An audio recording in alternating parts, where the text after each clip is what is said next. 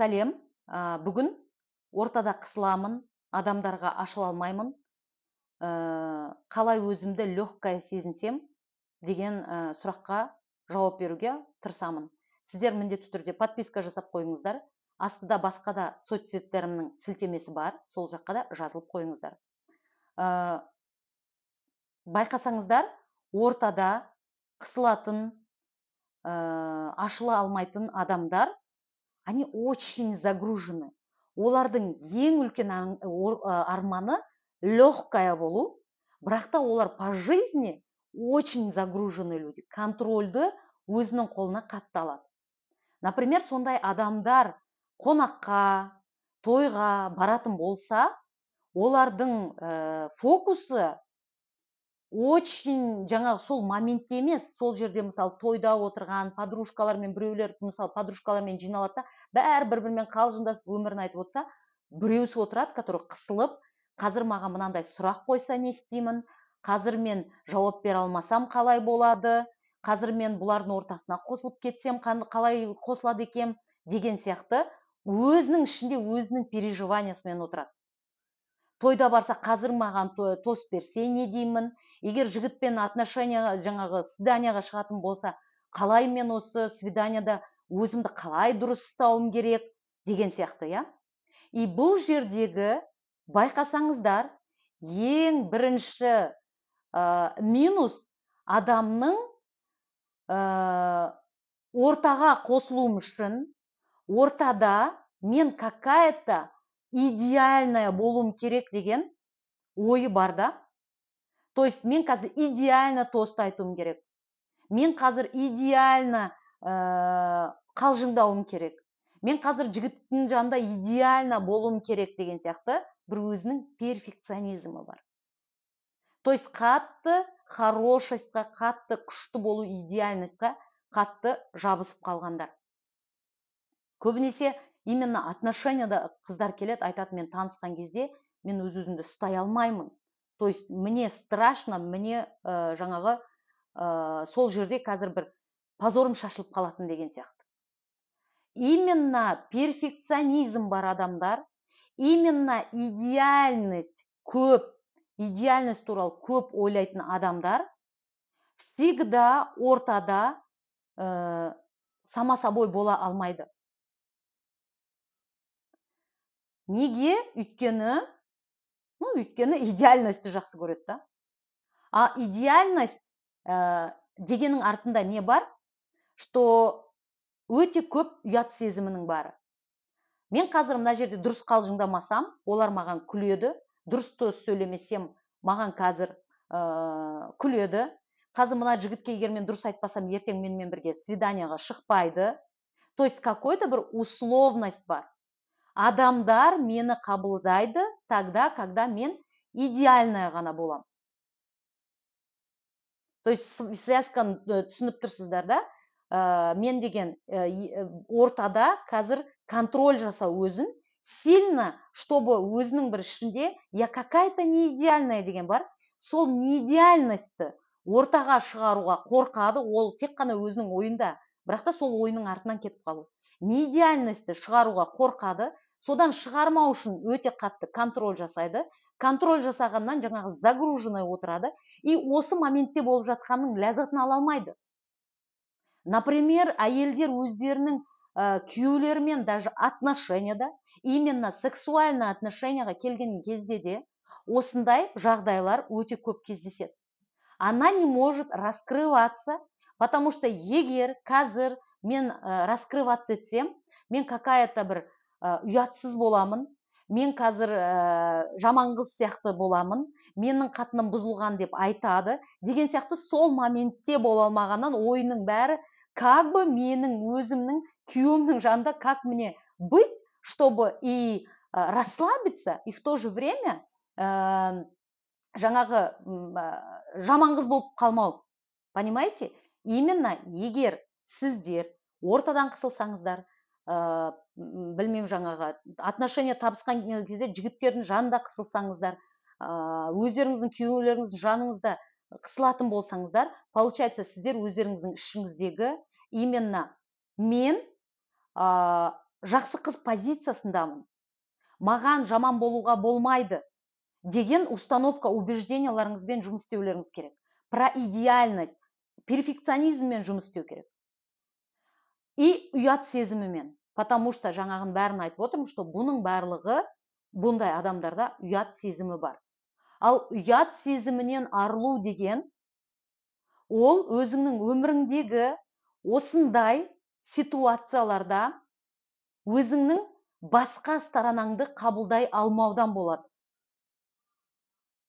То есть балалық шақтан бері сізге жаңағы условная самооценка берілген, сен деген мынандай болуың керек, какой-то бір списоктар бар, да, осы списоктар бар, сенің өзіңде ол списоктарға сай емес жаңағы өзіңмен бороться ететін моменттер бар. Допустим, бывает, что сен қылжыңдап қалған, қылмыңдап қалған қыз болғың келеді. И это у тебя есть негізі. Бірақ та сен оны шығара алмайсың, потому что саған балалық шақта олай жасауға болмайды деп айтты. Да? Или жаңағы, может, ты как женщина можешь любить отношенияны, да, интимные отношенияны. Бірақ та сен оны өз-өзіңе признаваться етпейсің. Или, допустим, да, у тебя сейчас в жизни нету жаңағындай бір әлі үйің жоқ, может, нормально жұмысың жоқ, то есть не идеальностің бар, бірақ та сенің стандартың бойынша только идеальный адамдар ғана социумда бола алады деген бір ойың болады. И из-за этого сенде как бы өзіңде қорқыныштарың бар. Из-за этого сен за себя стесняешься.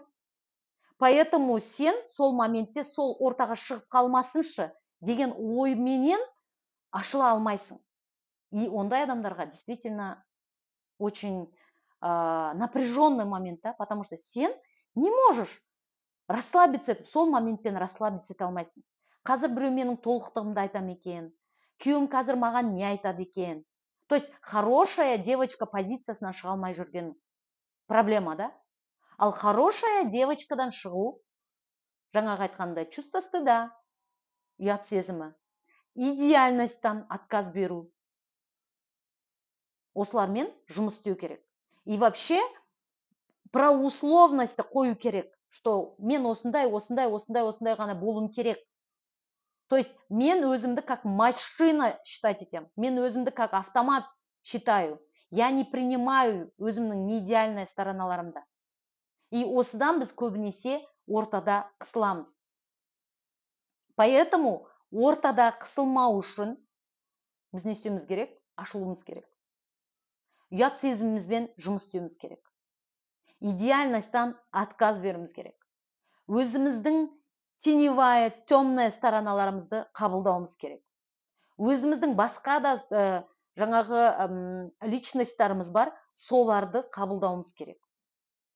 Действительно, өмірде бізге көп беріп қойған анандай, мынаны істеуге болмайды, жылмыңдауға болмайды, жылмыңдаған қыз, бұзылған қыз, мынандай бірдеме, если сен мынандайың жоқ болса, сен мынданша жасқа келіп әлі күнге дейін жұмыс жүрсең, значит, ты никто деген сияқты условный жаңағы айтылған восприятиялармен жұмыс істеуіміз керек.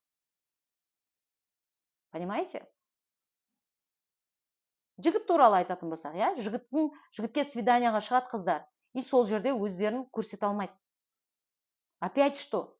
Опять қазір мен қалай дұрыс сөйлесем екен, чтобы мені қабылдасын, чтобы мені ұнатсын, чтобы мен оның жанында ең азында ұнатпай қойсын, бірақ мен жаман көрінбеймін бұның алдында деген оймен отырады, қысылып отырады, өздері хотят свободу, еркін сөйлескісі келеді, бірақ осы ойларменен қатты қысылады. И сол жерде дұрыс сөйлесе алмайды. И тура жаңағы өзінің легкосын теряет и загруженная болып отырады. И екеуінің арасында дұрыс сөйлесу, дұрыс отношения болмайды. И содан бір-бірімен тіл табыса алмайды, екеуі расстаются. Понимаете? Бұл жаңағы қысыл болып отырудың артында очень сильный контроль именно өзіңді. Именно как будто сенің бір сторонаң бар, который сен шығарғың келмейді. Потому что ол шықса, как будто мир рухнет.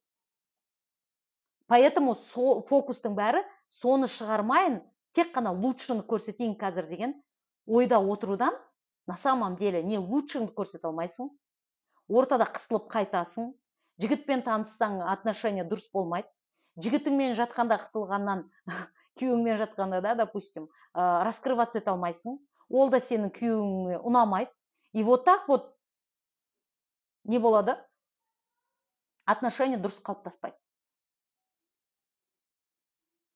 Ал қалыптасу үшін жаңағы айтқанымдай ұят сезімінен, өзіңнің жаңағы неидеальностіңді қабылдаудан, өзіңнің восприятияларымен дұрыстап жұмыс істеуден осыдан арылуға болады. Перфекционизммен. И вообще оценивать себя только мынандай идеальность жағынан. Сонда ғана біз жаңағы ортада ашыла алатын боламыз. Почему, например, мынандай моменттер болады, что тұйық адам бір-екі алкоголь ішкеннен кейін начинает деп, да? Потому что алкоголь жаңағы алып тастайды бүткіл фильтрді, и өзіңнің жаңағы шың шыға бастайды. Потому что біз, когда ішпеген кезде, допустим, да, көбісі расслабиться ете алмайды. Сильный контрольде отырады. Бұл жерде әртүрлі искаженный восприятиялары бар. Что мені такая, какая я есть, қабылдай алмайды деген восприятие болады. Что мен қазір осындай өзімнің осындай екенімді көрсетсем, они меня отвергнут. Мені унижать етеді. Егер мен дұрыс тос айта алмасам, елдің бәрі маған күледі. А на самом деле это же искаженное восприятие. Мысалы, бір тойда 1000 адам, если терапияға келетін болса, 980 айтады, мен тойда дұрыс сөйлей алмаймын деп қатты қысылам дейді. Но извините меня, искаженное восприятие, сіз дұрыс сөйлемеген үшін ана 980 адам сізге күлмейді. Почему? Потому что олар да сондай. Но біз оны түсінбейміз, что бізге кажется, что қазір мен дұрыс сөйлемесем, мені қабылдамайды, күлмейді. Поэтому біз ортада ашыла алмаймыз, ойымыздың бәрі жаңағы дұрыс сөйлемегенімізде болып тұрады да. И просто бүгінгі моменттің, бүгінгі ситуацияның, бүгінгі обстоятельствосын ләззатын ала алмаймыз да. Сондықтан ханымдар, бұндай жағдайда мен сіздерді өзіме терапия курсына шақырамын. Ол жерде біз восприятиядан бастап жұмыс істейміз. Восприятияңды өзгерту. Полностью, яғни искаженный восприятияларымызбен жұмыс істейміз. Екінші, ұят сезімінен арыламыз. Оның өзіне терапия курсында маған жаман болуға болмайды деген сабақ бар. Оны тыңдасаңыздар, кәдімгідей уже вообще ашыла бастайсыздар. Бұл сіздерге не только отношенияда, не только жаңағы бір ортада, социум ортасында емес, а вообще по жизни даже сіздер табыс табуға да өте қатты көмектеседі. Потому что контроль біздің көбімізді тоқтатып тұратын, мы контролируем будущее. Думаем, контролируем, бірақ контроль жасай алмаймыз. Вот сол контроль туралы сабақ болады. Про идеальность, Құдай позициясында болу туралы сабақ болады. Ұят сезімі туралы, маған жаман болуға болмайды. Восприятие туралы только 3 сабақ бар. Үрей туралы 3 сабақ бар. Восприятие, үрей, олар бірге жүретін бір букет, да? Вот солардың бәріменен 16 сабақпен біз осылардың бәрімен жұмыс істейміз. Осылардан арылу арқылы біз уже ортада өзімізді жақсы сезінетін боламыз. Біз отношенияда өзімізді жақсы сезінетін боламыз.